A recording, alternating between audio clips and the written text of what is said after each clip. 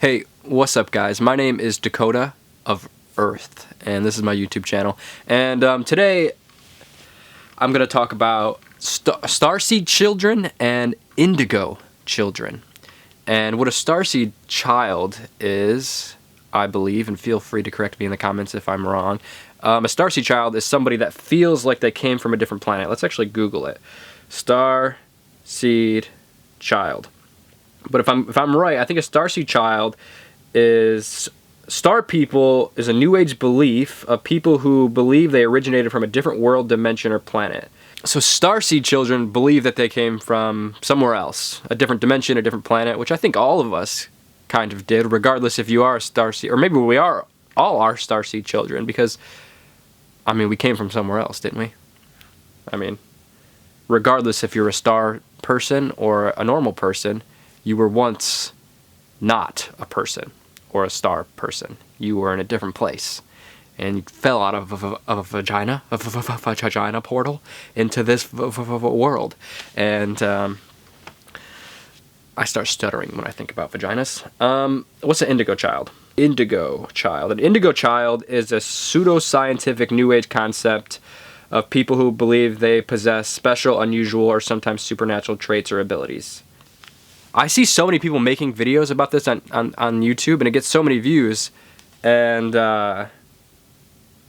people talk about it like they're dead serious, and I feel like I'm out of the loop or something.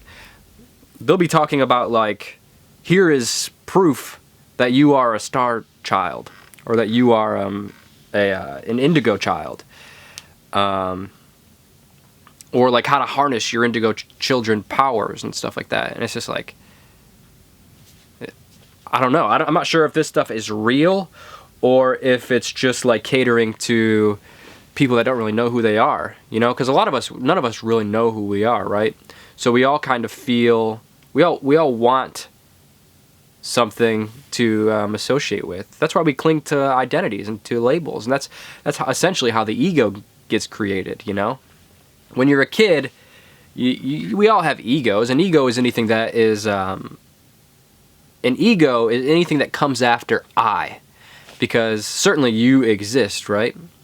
But everything past that is the kind of illusory nature that we get lost in. Like we get lost in desire, we get lost in insecurity, and these things don't really reflect reality, they reflect our judgments of reality.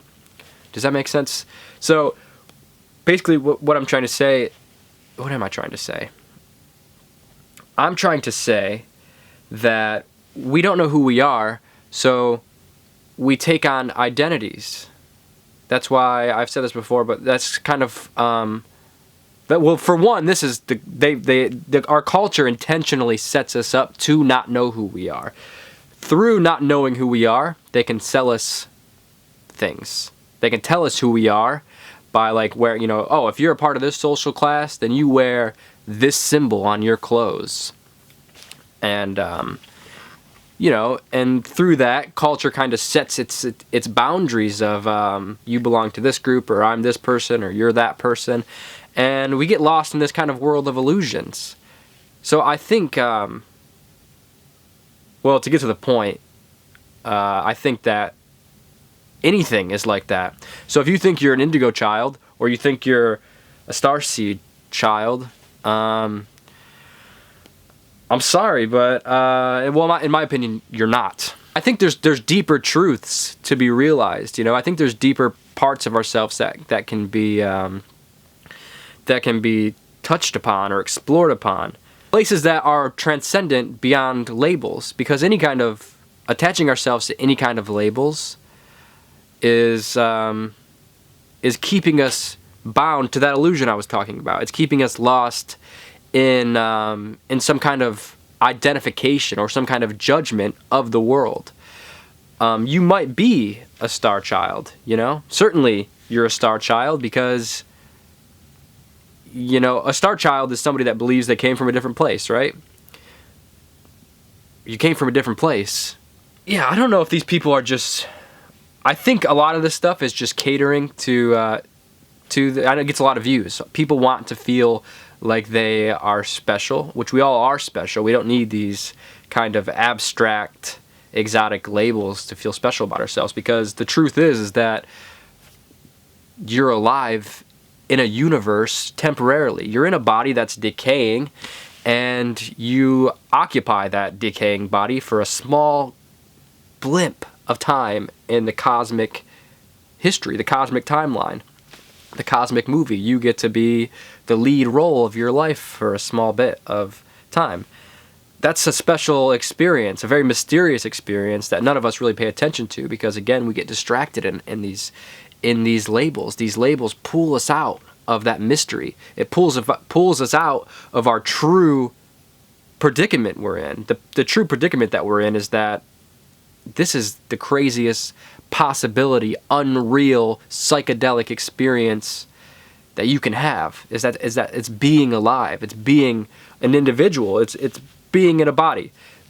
This is mysterious enough, and these labels pull us out of that mystery and have us chasing a mystery that's out there somewhere, you know? It has us chasing some kind of expectation or some kind of implied reality rather than the place that we're already at.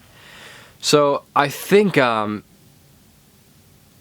don't know. I don't know what true spirituality is. You know, I guess everything is true spirituality. I don't want to downplay the importance of symbols, because I know the importance of aligning to a narrative, like aligning to this idea that you are a Starseed child, might bring you to, you know, it's going to bring you to some realizations that discover who you are.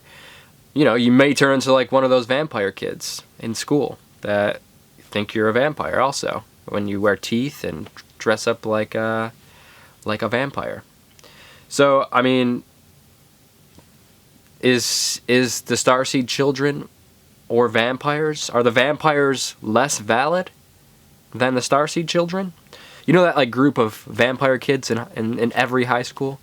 But what I'm trying to say is that there is an importance to symbols, whether you're a vampire kid, whether you're a Star Child kid. And the importance of these symbols is that it aligns you with a place in yourself that you want to be aligned to. We all want to be aligned to the mystery. That's why we attach ourselves to these narratives of Star Children, or narratives of being Dakota, the YouTuber, or any of these kind of identities that we take on that are just kind of masks or roles that we play, which is our whole lives, essentially. But what I'm trying to say, think about it this way. This is the importance of symbols. This is what I mean. You're in a movie theater. You're watching lights flashing on a screen with some sounds, essentially. That's what a movie is. These lights and these sounds produce such intense emotions inside of you that you feel inspired and make a change in your life. Like we've all had movies that have changed us in a way, you know, or that have inspired us to learn something about ourselves, or to kind of character build in a way. Nothing happened. All you did was watch lights flicker on a screen. All that was already inside of you. But the narrative, the symbols, helped you align to what was already inside of you. And that's the importance of things like being an Indigo child, being a Star child, or being a vampire kid, or being a Supreme kid, or a Gucci kid. All of these symbols are aligning us to parts of ourselves. Does that make sense? So, but the truth is, see, these things are good spiritual practices. They align you. Symbols align you to somewhere, but the thing is that you want to transcend symbols. So you need to use symbols to transcend symbols. Because any symbol, again, takes you back, takes you out of where you already are. It takes you out of being present. And the true present, you know, like all these saints and sages throughout time have said, be present. If you want to understand who you are, if you want to experience divinity or God, be here now. Be here now. Don't be lost in your thoughts. Don't be lost in these identities or the illusions of the world. All of these different symbols you've collected and attached to yourself. This isn't who you are. This is what the Buddha said. The Buddha said, drop all that. Forget it. That's not who you are. Be here now. Who are you? Show me who you are. Show us who you are. Who are we? Are we star children? Are we indigo children? Are we simply human beings? Or are we this kind of infinite, everlasting, fluid-like entity that takes form in infinite amount of beings, yet remains unchanged? That seems to be what we are, some kind of experience of consciousness manifesting itself. But that's a different video. This is what I wanted to say. What I wanted to say is that, in my opinion, I'm humbly sorry, but you are not a star child, or an indigo child, or a vampire kid. But what you are is something so beautifully complex and so beautifully divine and spiritual that it transcends these symbols, and it transcends being able to talk about. It's nice, it's good to take an identity, but don't get lost in it, because you transcend identity. Who you actually are is so beyond anything that can be brought into words. Because think about words, you know. We've all had thoughts that we can't bring into words. Like, oh, I just don't know how to. I don't know how to say it. I can think about it. I have this profound thought, but I don't know how to elaborate on it. Because the thing is that we are in a different universe usually, a different realm. You know, we're more in our thoughts than we are in the real world, right? So we're existing more in this higher dimension of thoughts, this realm of potential, of possibility, of infinite possibility. That's what the creation, that's what the imagination is. That's what creativity is. So we're in the world of imagination more so than we are the physical world. So we have to bring these things out of this dimension into this dimension. That's what words are. That's what symbols are, is that we're bringing our thoughts out of this, out of the sky, plucking thoughts out of the sky and trying to manifest them into this world. And this is a dense world. This is a world of material and of slow vibration. That it's so slow that time is required to move through space. So language is dense and clumsy, and it's hard to elaborate on who you actually are, but you can feel it sometimes, you know, in those moments when you're just by yourself looking at the moon and it just all makes sense. You know, you lose yourself of thought. Or you're just sitting in your room, you know, tracing the lines of your walls, and all of a sudden it just makes sense, and you don't even know what makes sense, but it just does. And it's beyond thought. It's beyond identity. This is, I think, who you truly are. There's a great saint, Ramana Maharshi, someone I truly respect on the deepest levels. You know, he's like a Jesus type figure, I believe, a true saint to humanity. He said that who you really are is the gap in between your thoughts. You're not your thoughts. You are the infinite space, the boundless imagination between the thoughts.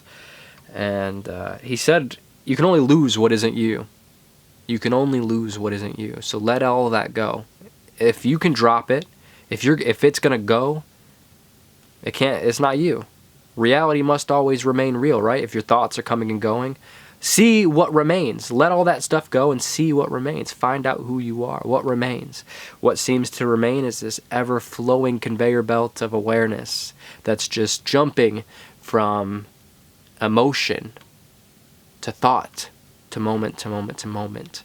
Lost in the illusion of time, but it's all manifesting from this ever-flowing state of awareness or consciousness. And I think that's who we are. But if you want to be an indigo child, if you want to be a vampire child, do it. You know? Do it!